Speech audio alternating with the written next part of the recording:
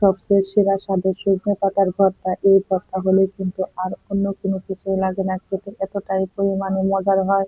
বানানোও কিন্তু একদম সহজ। আমার ছেলের আর বরের কিন্তু এই ভর্তাটা ভীষণই প্রিয়। যাদের ডায়াবেটিস আছে, ডায়াবেটিস কিন্তু কমে যায়, আবার হাই প্রেশারও কিন্তু কমে যায় এই সজনা পাতার ভর্তাটা খেলে। এখানে নিয়েছি আমি কিন্তু বেশ কিছুটা পরিমাণে কচি দেখে সজনা পাতা। এগুলোকে কিন্তু আমি বেশ ভালো করে বেছে নিব। হ্যালো বন্ধুরা, সুলতা কুকিং রেসিপির পক্ষ থেকে সকলকে জানাই স্বাগত। এই পর্যায়ে আমার সজনে পাতার ভর্তার রেসিপি একটুও যদি ভালো লেগে থাকে, অবশ্যই একটা লাইক, কমেন্ট, শেয়ার করবেন। নতুন বন্ধু হলে এই চ্যানেলটিকে একটা সাবস্ক্রাইব করবেন। আমি এইভাবে করে কিন্তু সমস্ত পাতাগুলো বেছে ধুয়ে নেব। পাতাগুলোকে কিন্তু আমি বেশ ভালো করে বেছে ধুয়ে নিয়েছি। এইভাবে একটা ছাঁকনিতে জল ঝরিয়ে নেব।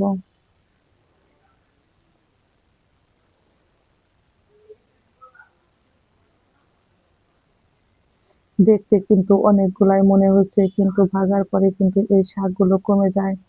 চলে যাব চুলায়। কড়াইতে দিয়েছি অল্প পরিমাণে সর্ষের তেল।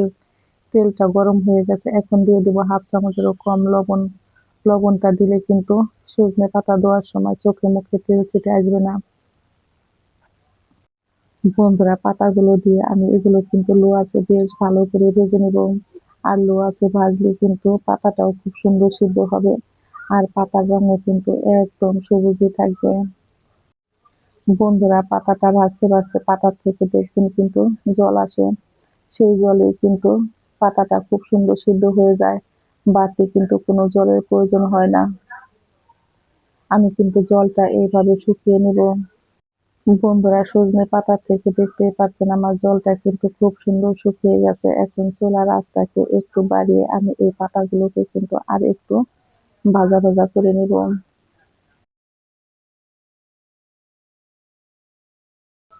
পাতা ভাজিটা কিন্তু আমার প্রায় রেডি হয়ে গেছে। বন্ধুরা, সজনে পাতা ভাজিটা কিন্তু আমার একদম রেডি হয়ে গেছে। এখন আমি চুলাই থেকে নামিয়ে নেব।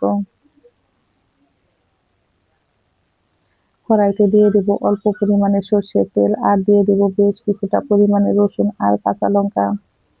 লঙ্কাগুলোকে কিন্তু আমি মাঝখান থেকে ভেঙে দিয়েছি, তা না হলে কিন্তু ভাজার সময় চোখে মুখে তেল ছিটে আসতে পারে। লঙ্কা আর রসুনটাকে কিন্তু আমি বেশ ভালো করে ভেজে নেব। এগুলো কিন্তু আমার প্রায় ভাজা রেডি হয়ে গেছে।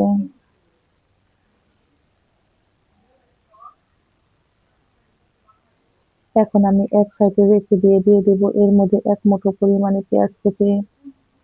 এখন কিন্তু আমি লঙ্কা আর রসুনটাকে চুলাই থেকে নামিয়ে নিব। পেঁয়াজটাকেও বেশ ভালো করে ভেজে নিব। পেঁয়াজগুলো আমার খুব সুন্দর ভাজি হয়ে গেছে, এখন আমি চুলাই থেকে নামিয়ে নিব। আজকে আমি কিন্তু শিলপাতায় এই ভর্তাটা তৈরি করব। আপনারা চাইলে কিন্তু ব্লেন্ডারও ব্লেন্ড করে নিতে পারেন, কিন্তু শিলপাটায় ভর্তা তৈরি করলে এর স্বাদ আর ঘ্রাণই হয় কিন্তু অন্য রকমের মজার। আমি কিন্তু রসুন আর লঙ্কাটাকে একদম মিহি করেই বেটে নিব।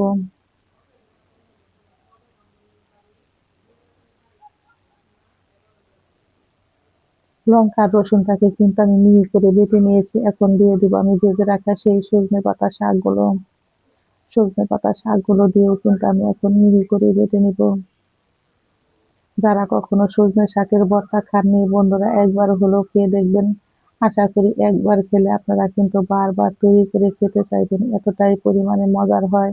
আর যারা নাকি আমার মতো ভর্তা খেতে পছন্দ করেন, তাদের তো কথাই নেই।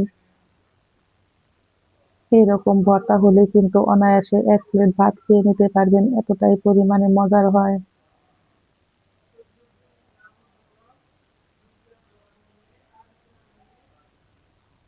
এইভাবে ভর্তা তৈরি করলে ভর্তার রঙও কিন্তু থাকে একদম সবুজ। আমি কিন্তু এখন মিহি করে আবারও ভর্তাটাকে বেটে নিব। ভর্তা বাটাটা কিন্তু আমার রেডি হয়ে গেছে। এখন আমি দিয়ে দেবো ভেজে রাখা পেঁয়াজ। পেঁয়াজটা দিয়েও কিন্তু আমি এখন আধ ভাঙা করে এইভাবে বেটে নিব, একদম মিহি করে বাটবো না।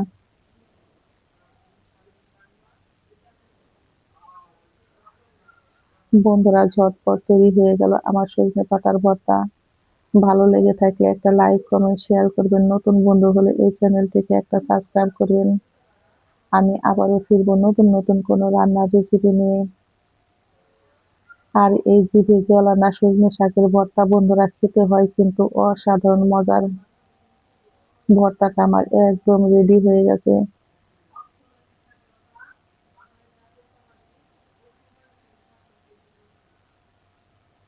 ভর্তা তৈরি করার পর বন্ধুরা পাটায় মেখে ভাত খেতে কিন্তু আমার ভীষণই ভালো লাগে। কে কে আমার মতো পাটায় মেখে ভাত খেতে পছন্দ করেন অবশ্যই কমেন্ট বক্সে জানাবেন।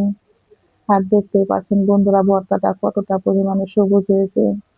এইভাবে ভর্তা তৈরি করলে বন্ধুরা ভর্তার রঙও সবুজ থাকে আর খেতেও হয় ভীষণই মজার। সকলেই ভালো থাকবেন, সুস্থ থাকবেন, নিরাপদে থাকবেন। আমি আবারও ফিরবো নতুন নতুন কোনো রান্নার রেসিপি নিয়ে। আমার সকল বন্ধুদের জানাই আমি অসংখ্য ধন্যবাদ। ভর্তা মাখা ভাত বন্ধুরা খেতেও হয়েছে ওহ! সেই স্বাদ, দারুণ মজা।